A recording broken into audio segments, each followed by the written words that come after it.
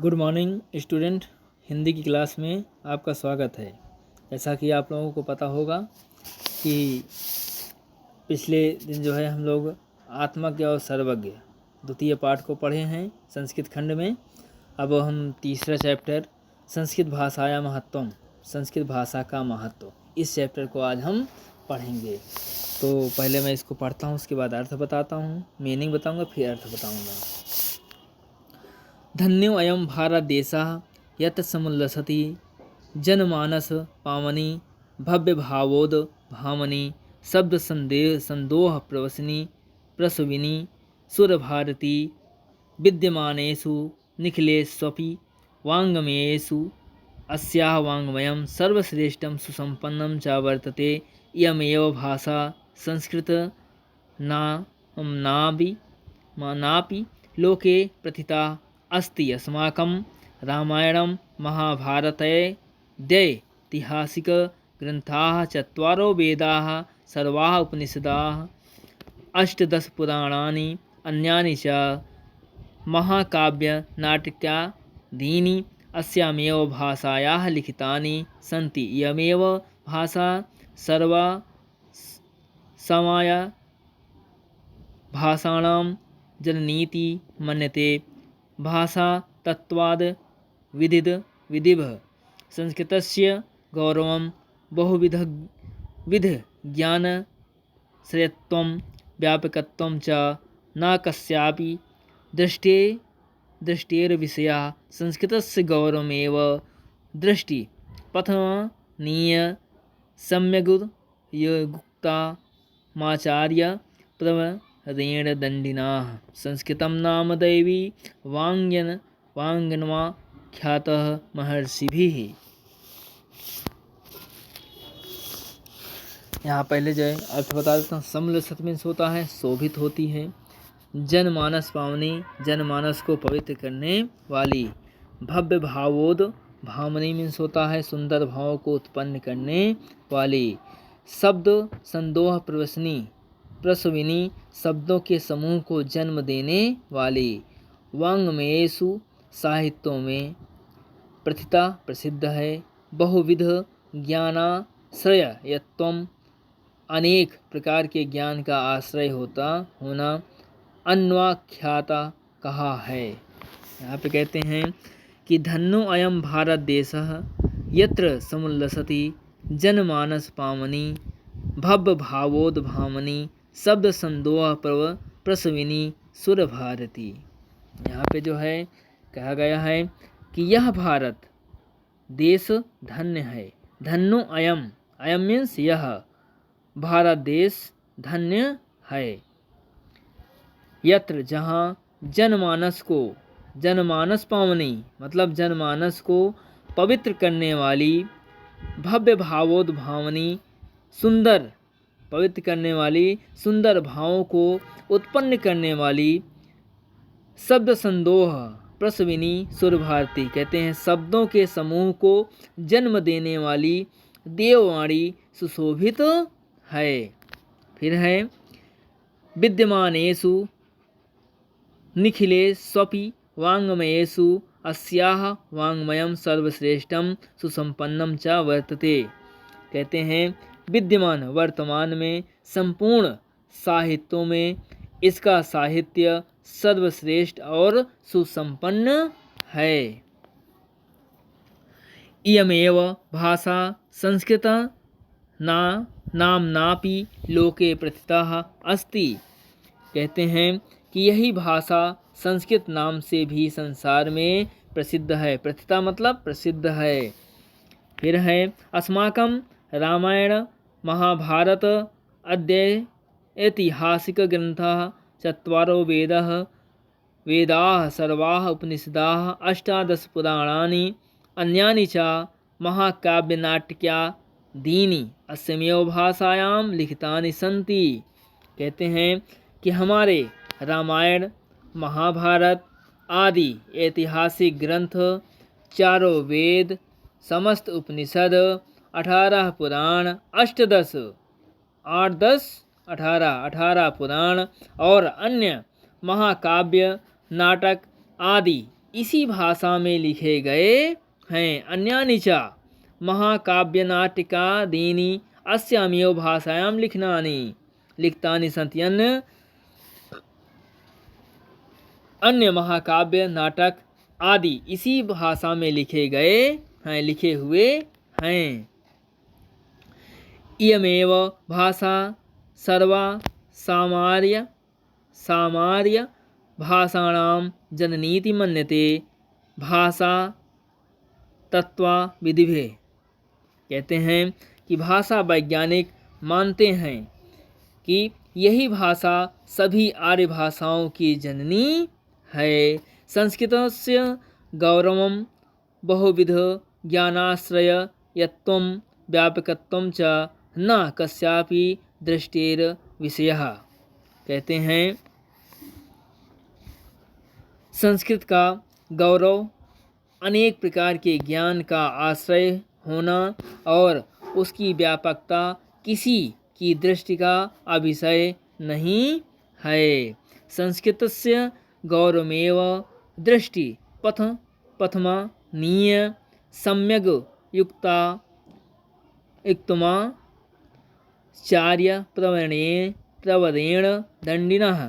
कहते हैं संस्कृत के गौरव को दृष्टि में रखकर आचार्य प्रवर दंडी ने ठीक ही कहा है।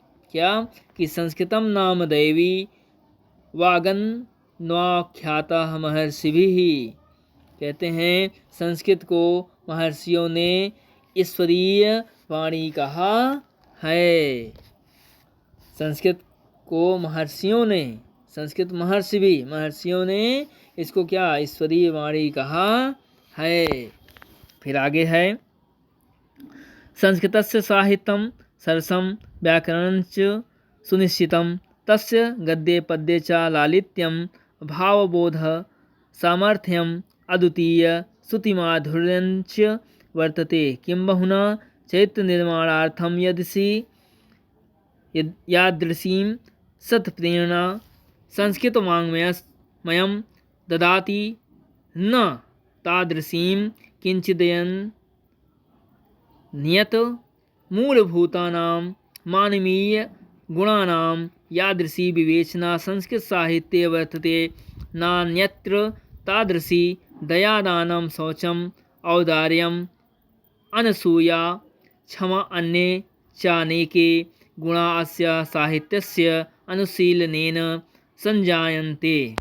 कहते हैं श्रुति माधुर्य मीन्स होता है श्रुति माधुर्य, यादृशी मीन्स होता है जैसी, तादृशी मीन्स होता है वैसी, नान्यत्र अन्यत्र नहीं, शौचम पवित्रता, अनसूया ईर्ष्या न करना, अनुशीलनेन अध्ययन से न मनन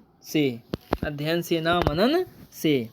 यहाँ पे कहा गया है कि संस्कृतस्य साहित्यम सरसम व्याकरणञ्च सुनिश्चितम। कहते हैं कि संस्कृत का साहित्य सरस और व्याकरण सुनिश्चित है। संस्कृत का साहित्य सरस और व्याकरण सुनिश्चित है। तस्य गद्ये पद्ये च लालित्यं भावबोध सामर्थ्यम अद्वितीय श्रुतिमाधुर्यञ्च वर्तते। कहते हैं उसके गद्य और पद्य में लालित्य, भावबोध की सामर्थ्य और अनुपम श्रुति माधुर्य है अर्थात मधुर है। कहते हैं किम बहुना अधिक क्या कहें, चैत्य निर्माणार्थम यादृशी सत्प्रेरणा संस्कृत वाङ्मयं ददाति न तादृशी किंचिदन्यम्। चैत्य निर्माण की जैसी अच्छी प्रेरणा संस्कृत साहित्य देता है वैसी कोई अन्य साहित्य नहीं देता है। मूल भूतानां मानवीय गुणानां यादृशी विवेचना संस्कृत साहित्ये वर्तते नान्यत्र तादृशी। कहते हैं मूलभूत मानवीय गुणों की जैसी विवेचना संस्कृत साहित्य में है वैसी अन्यत्र नहीं है। फिर है दयादान शौचम औदार्यम अनसूया क्षमा अन्ये चानेके गुणा अस्य साहित्यस्य अनुशीलनेन संजायन्ते। कहते हैं दया, दान, पवित्र, उदारता, ईर्ष्या, न करना, क्षमा और अन्य अनेक गुण इस साहित्य के अध्ययन से उत्पन्न होते हैं। फिर नीचे है पैराग्राफ। संस्कृत साहित्यस्य आदिकवि वाल्मीकिः, महर्षि व्यासः, कविकुल कालिदासः, अन्ये च भासभारवी भवभूतादयो महाकवयः स्वकीयैः ग्रन्थरत्नैः अद्यापि पाठकानां हृदि विराजन्ते। इयं भाषा अस्माभिः मातृसमं सम्माननीयः वन्दनीयः च यतो भारतमातुः स्वातन्त्र्यं गौरवम् अखण्डत्वं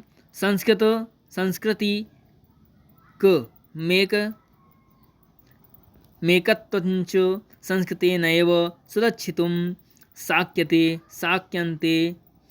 इयं संस्कृतभाषा सर्वासु भाषासु प्राचीनतमा श्रेष्ठा चास्ति। ततः सुष्ठुयुक्तं भाषासु मुख्या मधुरः दिव्यः गीतवान् भारती इति।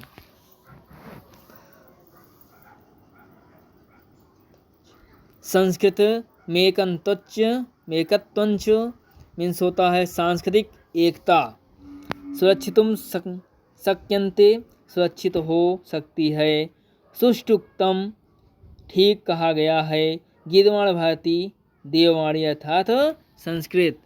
कहते हैं कि संस्कृत साहित्य से आदिकवि वाल्मीकि, महर्षि व्यासः, कविकुल कालिदासः, अन्ये च भासभारवी भवभूतादयो महाकवयः स्वकीयैः ग्रन्थरत्नैः अद्यापि पाठकानां हृदि विराजन्ते। कहते हैं कि संस्कृत साहित्य के आदिकवि वाल्मीकि, महर्षि व्यास, कविकुल कालिदास और अन्य भास, भारवी, भवभूति आदि महाकवि अपने ग्रंथ रत्नों के द्वारा आज भी पाठकों के हृदय में विराजमान हैं।